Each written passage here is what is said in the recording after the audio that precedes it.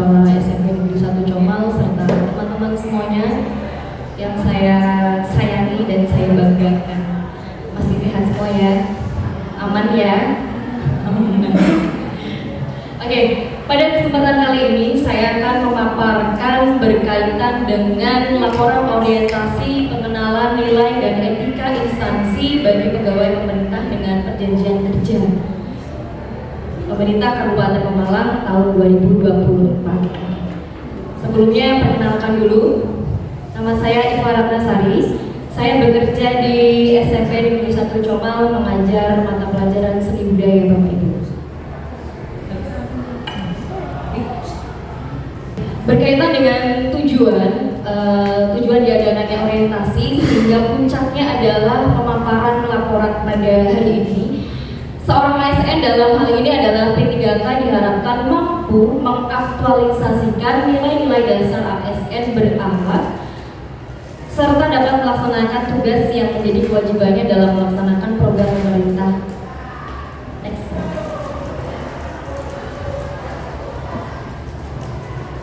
Selanjutnya adalah visi SMP Negeri 1 Comal.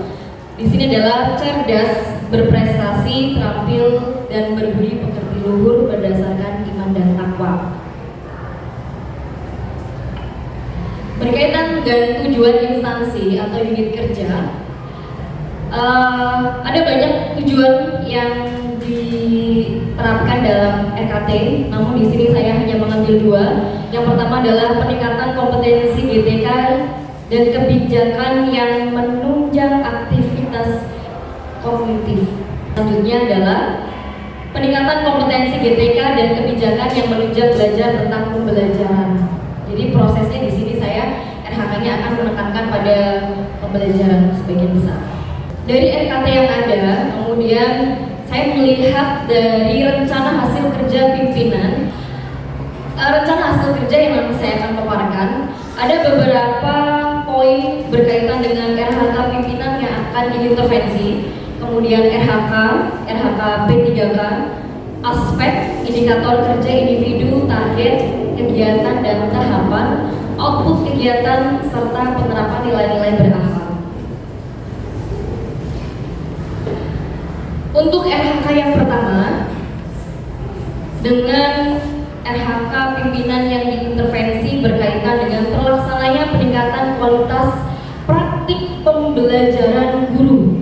Di sini saya mengambil praktik pembelajaran guru dengan rencana hasil kerja mengoptimalkan proses pembelajaran project based learning atau PJBL dengan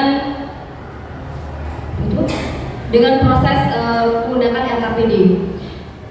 Indikatornya terlaksananya proses pembelajaran project based learning atau PJBL secara optimal dan terlaksananya pembelajaran dengan pendekatan diferensiasi.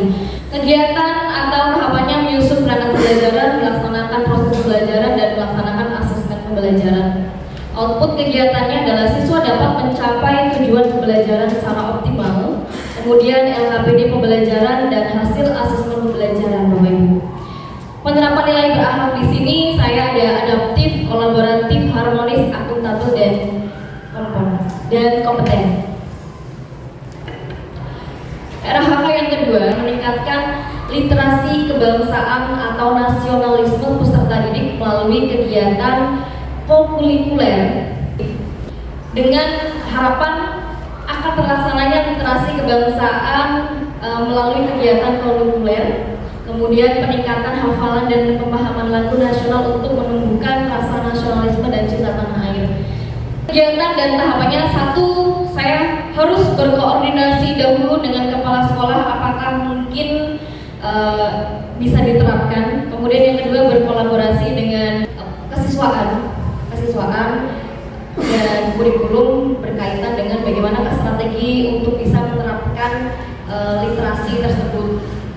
Output kegiatannya adalah menguatkan pendidikan karakter yang berkaitan dengan jiwa nasionalisme dan budaya. Kemudian siswa hafal dan memahami lagu wajib nasional dengan penerapan nilai berakhlak, loyal di sini adalah bagaimana saya berkoordinasi dengan Bapak Kepala Sekolah terkait dengan program, kemudian berkolaboratif. Artinya di sini saya bagaimana bekerja sama dengan Bapak Ibu atau wali kelas dan para pembina literasi. Kemudian adaptif, kompeten, berorientasi pada karya. RHK yang ketiga, terkelolanya kegiatan pengembangan kompetensi guru dan tenaga kependidikan Bapak Ibu. Dengan RHK meningkatkan kompetensi melalui peran sebagai partisipan kegiatan seminar yang diselenggarakan di bidang pendidikan.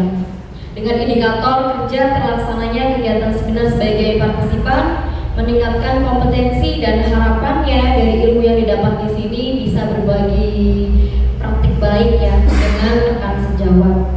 Kemudian kegiatan dan tambahannya, mendaftarkan kegiatan seminar, mengikuti kegiatan seminar dan mengaplikasikan kegiatan seminar setelah mengevaluasi apakah kegiatan yang seminar yang sudah saya laksanakan bisa diterapkan atau mungkin bisa harus menggali ilmu, mencari ilmu lagi ya.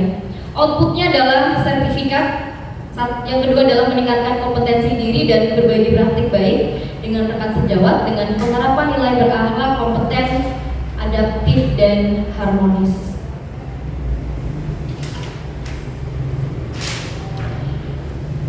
RHK yang keempat, meningkatkan kompetensi melalui peran sebagai peserta berbagi praktik baik yang diselenggarakan komunitas belajar. Kalau tadi seminar, ini adalah komunitas belajar dengan indikator pelaksananya kegiatan kumpul sebagai partisipan, kemudian meningkatkan kompetensi diri dan berbagi praktik baik. Kemudian tahapan kegiatannya hampir sama dengan seminar Bapak Ibu. Kemudian outputnya satu sertifikat, kemudian meningkatkan kompetensi diri dan berbagi praktik baik dengan rekan sejawat dengan penerapan nilai berakhlak, kompeten dan adaptif. Untuk RHK yang kelima, dan meningkatkan kinerja satuan pendidikan melalui pelaksanaan tugas tambahan sebagai pembina ekstrakurikuler tari. Indikator kerja individu satu, terlaksananya kegiatan ekstrakurikuler seni tari sebetulnya menghasilkan siswa yang mampu mengekspresikan gerak, siswa mampu menarikan tarian yang berasal dari daerah lain atau literasi budaya.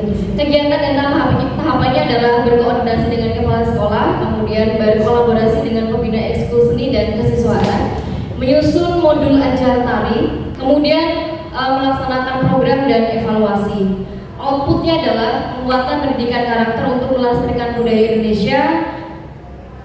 Siswa hafal dan memahami tari yang ada di Indonesia dan siswa mampu menerapkan budaya positif di situ dengan penerapan nilai berakhlak, adaptif, kolaboratif, harmonis, akuntabel dan kompeten. Berikut tadi pemaparan berkaitan dengan rencana hasil kerja saya.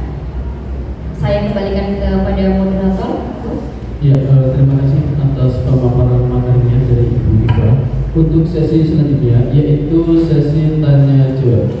Monggo Bapak Ibu pertanyaan yang ditanyakan kami persilakan. Terima kasih atas waktunya. Perkenalkan saya Subudi Widodo. Di sini RHK-nya kan ada 5 ya, Iya. Yang saya tanyakan, coba kaitkan dari kelima RHK yang B42 dengan kompetensi saudara sebagai guru. Nah, kompetensi sebagai guru kan ada dapat ya. Nah, monggo dikaitkan atau contohnya kegiatan seperti apa aja. Seperti itu. Oke, terima kasih. Terima kasih Pak Subur. Berkaitan dengan kompetensi guru.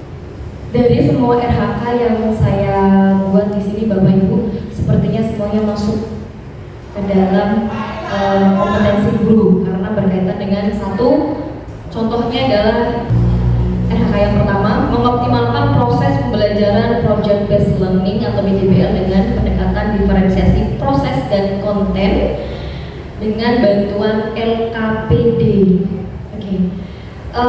Satu dari profesional dulu ya. Pedagogi atau profesional. Nah, berkaitan dengan LKPD Bapak Ibu, kenapa saya di situ menerapkan LKPD? Untuk materi seni budaya itu tidak ada sama sekali modul ajar yang disediakan dari sekolah. Jadi mau tidak mau saya sebagai guru mata pelajaran menyediakan modul materi yang harus saya berikan kepada siswa di situ. Ya, itu berkaitan dengan kompetensi apa Pak Subun? Profesional, betul. Kemudian selanjutnya adalah pedagogi. Nah, pedagogi di sini saya menggunakan project based learning atau PJBL dengan pendekatan diferensiasi proses dan produk atau konten, proses dan konten. Nah, di sini saya berusaha sebisa mungkin materi yang saya ajarkan kepada siswa bisa tersampaikan dengan baik dan secara optimal sehingga siswa mampu menyerap materi yang saya berikan. Dengan cara apa? Itu tadi, diferensiasi proses atau konten. Jadi saya bisa mengetahui dengan asesmen diagnostik awal bagaimana kemampuan siswa dalam menyerap materi dari gaya belajarnya. Itu untuk dari segi pedagogiknya. Kemudian kalau dari segi sosial, itu bagaimana cara kita menjalin hubungan dengan siswa Bapak Ibu. Jadi bagaimana cara kita mengolah hubungan. Kemudian selanjutnya adalah kompetensi kepribadian. Nah, kompetensi kepribadian di sini adalah bagaimana cara kita menjadi role model buat peserta didik. Seperti itu Pak Sudir. Ada yang mau disampaikan lagi Pak Sudir? Oh, sudah. Ya, terima kasih untuk sesi tanya jawabnya. Selanjutnya sesi tanggapan dari Bapak Mita. Untuk waktunya kami persilakan. Terima kasih. Ibu Iva, presentasinya sangat baik sekali. Kemudian PPT-nya juga sudah per poin, hanya saja di sana ada beberapa poin yang tidak ditampilkan. Walaupun disingkat, tapi kalau itu menjadikan poin penting yang seharusnya dimunculkan di situ, yaitu aspek Waktu, aspek dan target. betul. Iya, aspek dan target yang belum ada, sehingga audiens atau peserta seminar itu tidak bisa melihat apakah di sana aspeknya sudah benar atau belum.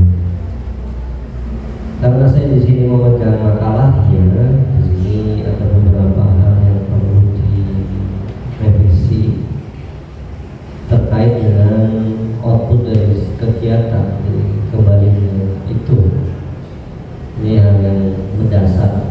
Jadi ketika output kegiatannya itu bentuknya berkas atau laporan, itu otomatis harus ada aspek kuantitas, target berarti laporan itu harus, kecuali kalau di sana program. Kalau program, walaupun yang tujuan kita ada jadwal dan seterusnya, itu bisa hanya kualitas saja. Jadi nanti kalau dilihat kembali itu di tiap RHK-nya, jadi kalau output kegiatannya itu ada hasil berupa berkas atau dokumen, itu harus ditambahi di aspek adalah kualitas dan juga waktu. Hanya saja kadang-kadang kenapa harus ditampilkan di situ? Karena kadang-kadang targetnya itu hanya per bulan, bisa 1 semester. Tidak ditampilkan RHK itu berlaku ya 1 tahun maksudnya. Gitu. Sudah saja, sudah bagus presentasinya. Terima kasih. Terima kasih Bapak atas masukannya. Pasti akan saya perbaiki. Terima kasih Bapak Ibu. Saya akhiri. Assalamualaikum warahmatullahi wabarakatuh. Waalaikumsalam.